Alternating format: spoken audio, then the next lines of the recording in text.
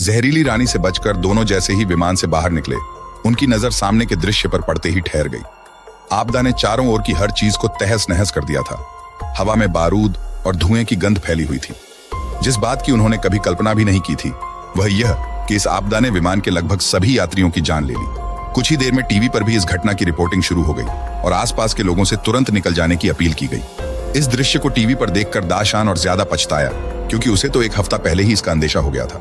असल में दाशान एक भूवैज्ञानिक था जिसने अपने अनुभव के आधार पर भविष्यवाणी की थी कि आपदा आने वाली है, लेकिन छोटे शहर के लोग उसकी बात पर यकीन नहीं कर पाए। बाद में कियांग और उसकी पत्नी को पता चला कि दाशान ने पास के एक सुरक्षित इलाके की गणना की थी, जहां न तो समुद्री लहरें पहुंच पाती और न ही ज्वालामुखी का असर होता।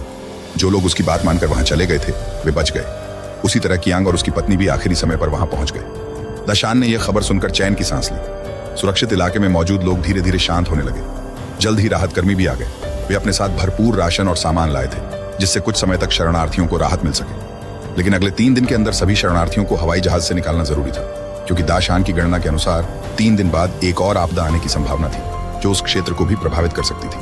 हालांकि कियांग की पत्नी और बेटा उसके पास लौट आए थे, लेकिन उसकी बेटी अब तक लापता थी। कियांग को यह नहीं पता था कि उसकी बेटी ने अभी अभी विमान से बाल बाल जान बचाई है। जब वह बिल्कुल निराश हो चुका था तभी अचानक एक हेलीकॉप्टर वहां आ पहुंचा। लड़के ने ध्यान से देखा तो पाया कि उसमें उसकी बहन बैठी है। भाई बहन एक दूसरे को देखते ही गले लग गए। परिवार के फिर से मिल जाने पर सब भावुक हो उठे। सोचा भी नहीं था कि इतनी बड़ी आपदा के बावजूद यह परिवार बिछड़ेगा नहीं। आखिरकार यह संकट समाप्त हो गया और कियांग का परिवार फिर से सुखी जीवन जीने लगा।